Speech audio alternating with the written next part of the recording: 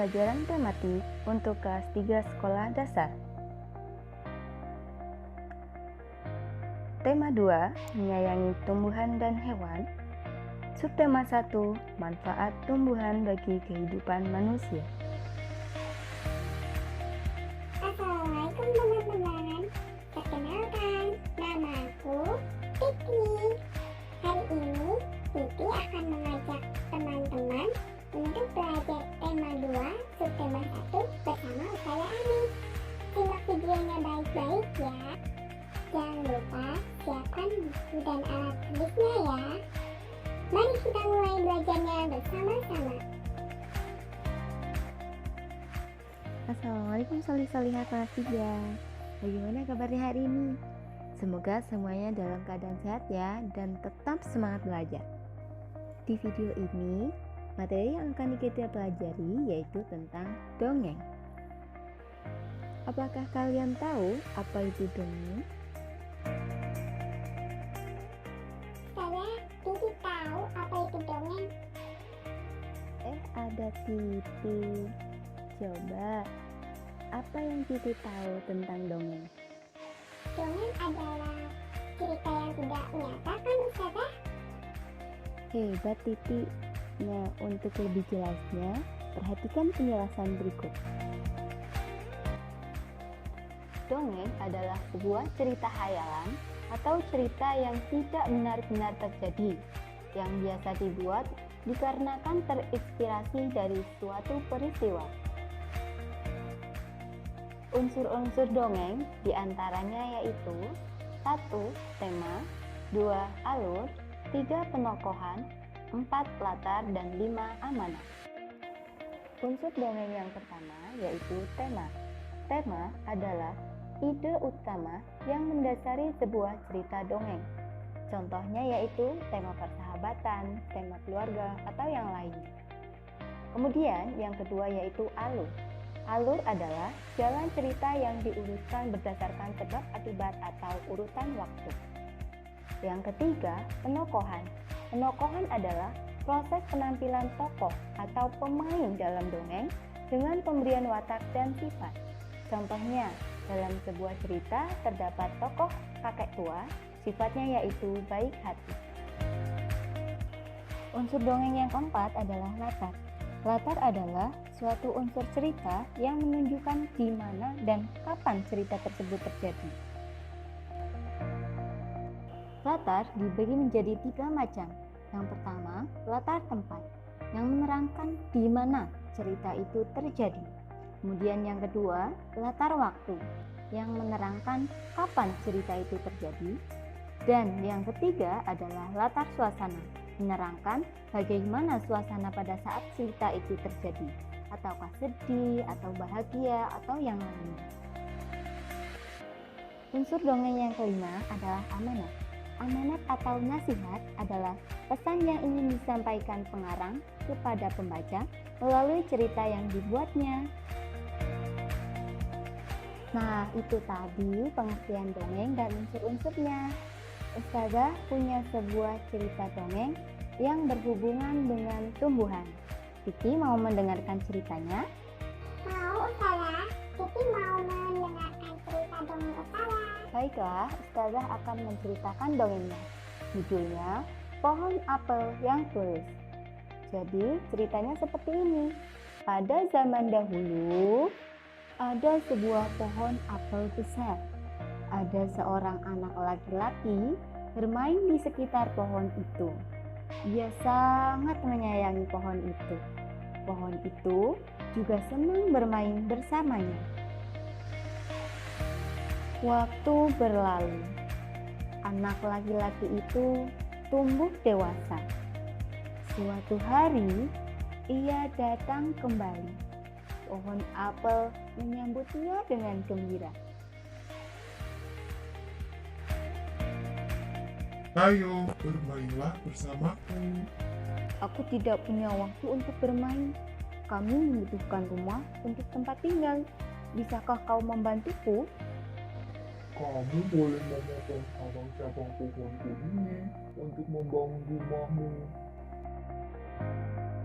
Jadi, Anak laki-laki itu memotong semua cabang pohon dan pergi dengan diam. Pohon apel itu senang melihat temannya bahagia. Tapi dia tak pernah kembali sejak saat itu. Pohon apel kembali merasa kesepian dan sedih. Akhirnya laki-laki itu kembali lagi. Laki-laki itu dan pohon apel sekarang sudah sama-sama tua. Aku sudah tidak bisa memberikan apa-apa. Tidak apa-apa, aku hanya membutuhkan sebuah tempat untuk beristirahat. Baik, sisa batang pohon tua adalah tempat terbaik untuk bersandar dan beristirahat.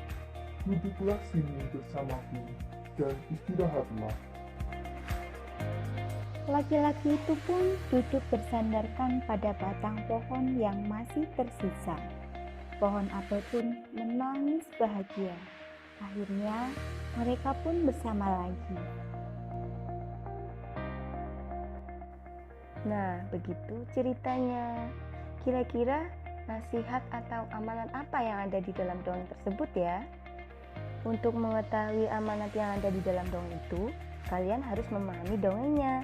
Nah, Titi, coba sekarang jawab pertanyaan Ustazah.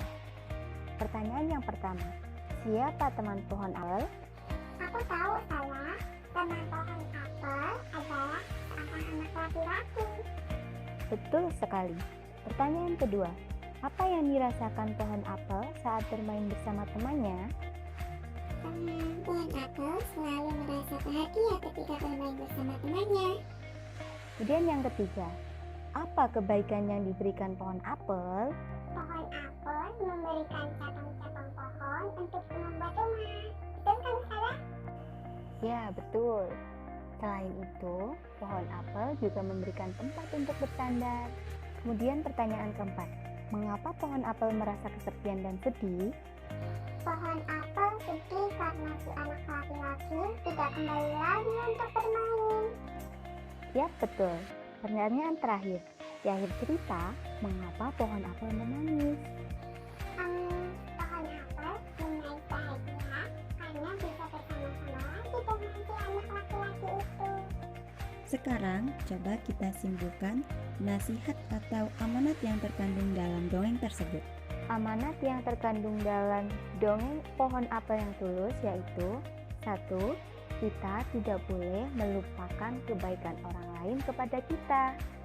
Kemudian yang kedua, kita harus selalu menyayangi dan berterima kasih kepada tumbuhan karena telah memberikan banyak manfaat untuk kita. Mudah bukan mencari nasihat atau amanat yang terdapat pada dongeng? Kalian bisa mencobanya dengan membaca dongeng yang lainnya.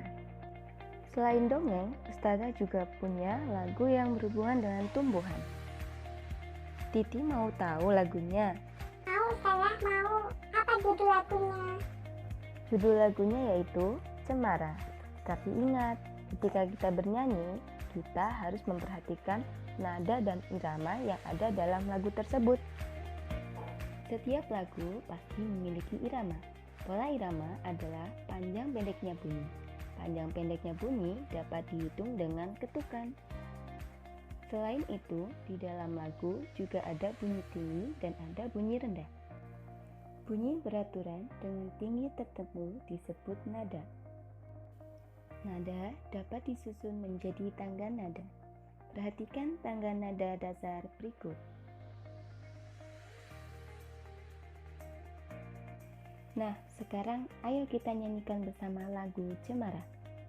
Cemara pohon ranting, daunnya halus langsing, bergerak-gerak kian kemari, seperti tangan penari.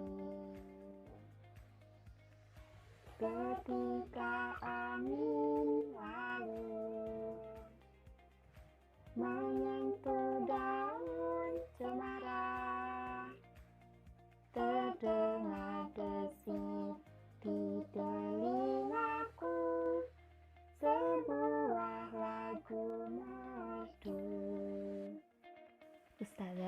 Siti sudah menyanyikan lagu Cemara.